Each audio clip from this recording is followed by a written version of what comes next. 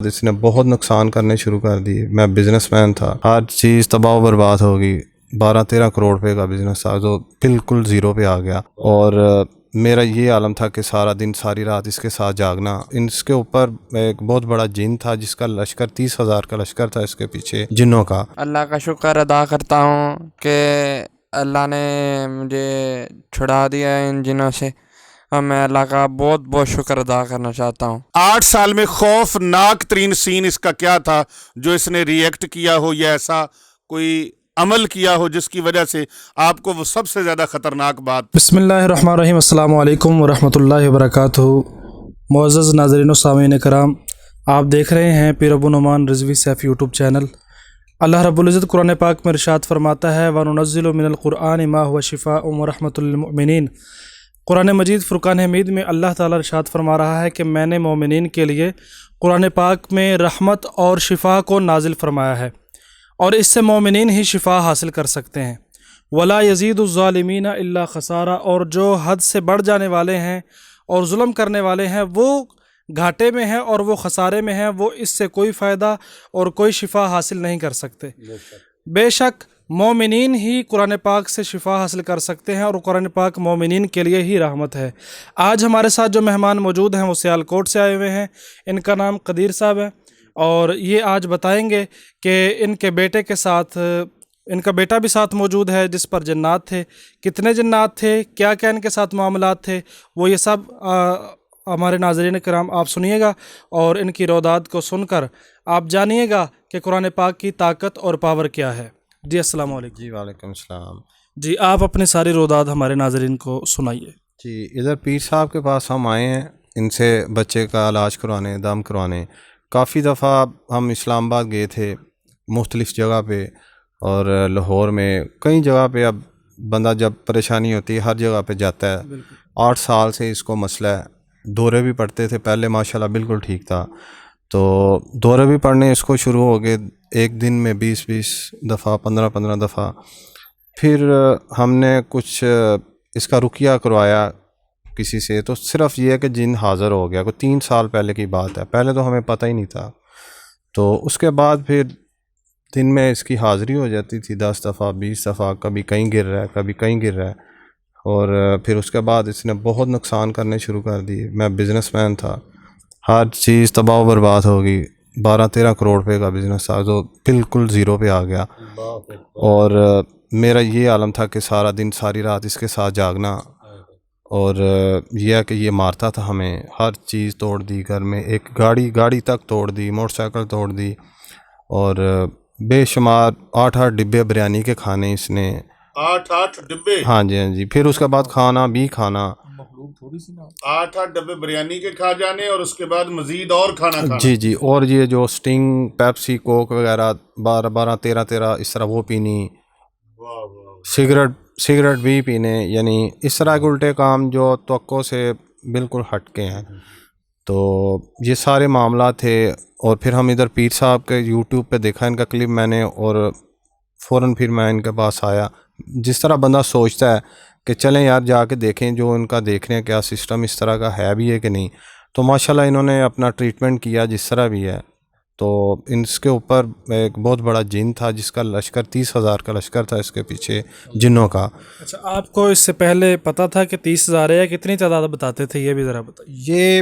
یہ کہتا تھا بہت زیادہ، لیکن کبھی 50 بتاتا تھا، کبھی 40، اب کہتا 30 رہ گئے ہیں۔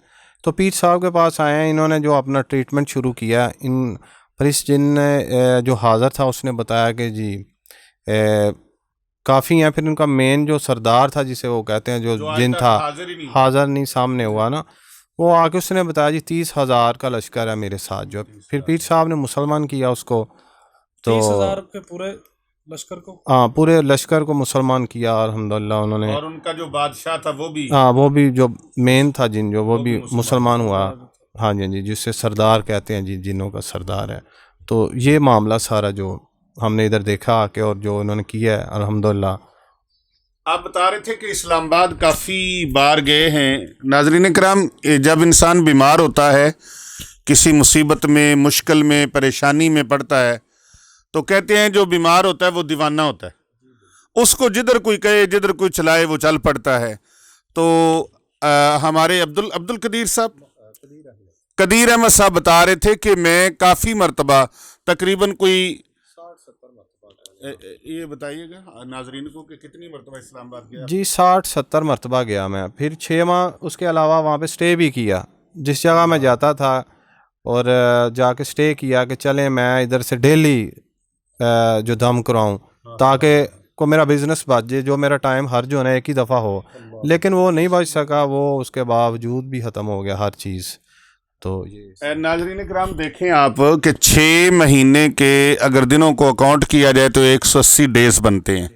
180 ڈیز یعنی 180 دن. ایک 40 ہزار روپیہ ڈیلی کا خرچہ کر کے اپنے بچے کے علاج کے لیے, ٹریٹمنٹ کے لیے کہ میرے بچے کی جان بچ جائے. ہے والدین بڑے بڑے دیکھے ہیں. اور پھر 60 سے 70 مرتبہ سیالکوٹ سے اسلام آباد کا سفر. یہ ایک جگہ کی بات کر رہا ہوں, یعنی کہ ایک معالج کے پاس 60 سے 70 مرتبہ گئے. اس کے علاوہ مختلف معالجوں کے پاس یہ کتنی بار گئے ہیں اس کی کیلکولیشن الگ ہے. اور 40,000 روپے پر ڈے 180 دنوں میں 40,000 روپے ڈیلی کے یہ خرچ کرتے رہے اپنے بیٹے کے لیے کہ میرا بیٹا ٹھیک ہو جائے. لیکن اس کے اوپر جنات کے حملے بدستور جاری رہے. اور الحمدللہ اس بندہ فقیر کے پاس میں نبی اکرم صلی اللہ علیہ وآلہ وسلم کے غلاموں کا آپ کے غلاموں کا ایک ادنا سا حقیر سا فقیر ایک غلام ہوں. اور یہاں آپ تشریف لائے یوٹیوب چینل کی وساطت سے, تو آپ کو ٹائم ملا, آپ آئے. یہاں کوئی ٹوکن دینا پڑا آپ کو, کوئی ٹوکن لینا پڑا اور کوئی فیس جمع کروانی پڑی؟ آپ کا بیٹا ماشاءاللہ ٹھیک ہوا, آپ اس خوشی میں کیا کہنا چاہیں گے؟ جی الحمدللہ اللہ کا شکر ادا کرنا چاہوں گا. یہی ہے کہ اللہ تعالیٰ نے یہ ہماری جان چھڑوا دیا. اور پیر صاحب کا بھی شکریہ ادا کریں گے جنہوں نے اللہ کے فضل و کرم سے اللہ نے جو علم دیا ہے انہیں, تو اس کی وجہ سے بچہ ٹھیک ہو گیا الحمدللہ. کر بھلا ہو بلا, ذرا اپنی زبان سے کہیے. جی کر بلا ہو بلا ہوتا ہے بلا, بھلے کا بھلا. بلے کا بلا. محترم ناظرین کرام, یہ ان کے ساتھ ان کا صاحبزادہ ہے. نام کیا آپ کا بیٹے؟ محمد آذان, جو ماشاءاللہ ٹھیک ہوا ہے. یہ اپنی زبانی آپ کو کچھ کلمات بتاتا ہے کہ یہ کتنا خوش ہے. جی میں بہت خوش ہوں. کیمرے کی طرف دیکھ کے بتائیے گا. اللہ کا شکر ادا کرتا ہوں کہ اللہ نے مجھے چھڑا دیا ہے ان جنوں سے, اور میں اللہ کا بہت بہت شکر ادا کرنا چاہتا ہوں. کوئی آپ کی زندگی کی, آپ کے بیٹے کی جب سے یہ ان مصیبت میں پڑا ہے, 7-8 سال آپ بتا رہے ہیں, 8 سال سے 8 سال میں خوفناک ترین سین اس کا کیا تھا جو اس نے ریئیکٹ کیا ہو, یا ایسا کوئی عمل کیا ہو جس کی وجہ سے آپ کو وہ سب سے زیادہ خطرناک بات؟ واقعات تو بہت زیادہ ہیں. جس طرح یہ ایک موٹر سائیکل لے کے نکل جاتا تھا, ٹھیک ہے, اور ایک جو زیادہ خطرناک تھا کہ یہ اپنے ننیال میں نا نانی امی کے گھر چلا گیا. 3ری منزل کے اوپر چڑھ کے وہ اوپر پردہ ہوتا ہے نا, ٹانگیں لٹکا کے بیٹھ گیا تھا وہاں پہ. تو پھر میں نے یہی اللہ سے دعا کی کہ اگر تو اس کی زندگی ہے تو یہ نیچے آ جائے گا اللہ کے فضل و کرم سے, تو نہیں تو یہ پھر آج ختم ہے. تو وہ پھر الحمدللہ آ گیا تھا. جی ہاں جی بالکل. بہت زیادہ اس کے علاوہ بھی ہیں, بندہ کیا بتائے. اور باقی یہ جو ہے یہ تو اس طرح جیسے دل بند ہو گیا تھا اس دن. یہ مار پٹائی بھی کرتا تھا؟ جی مارتا تھا, مجھے بھی مارتا تھا, ماں کو بھی, سب کو, جو بھی آگے آ گیا.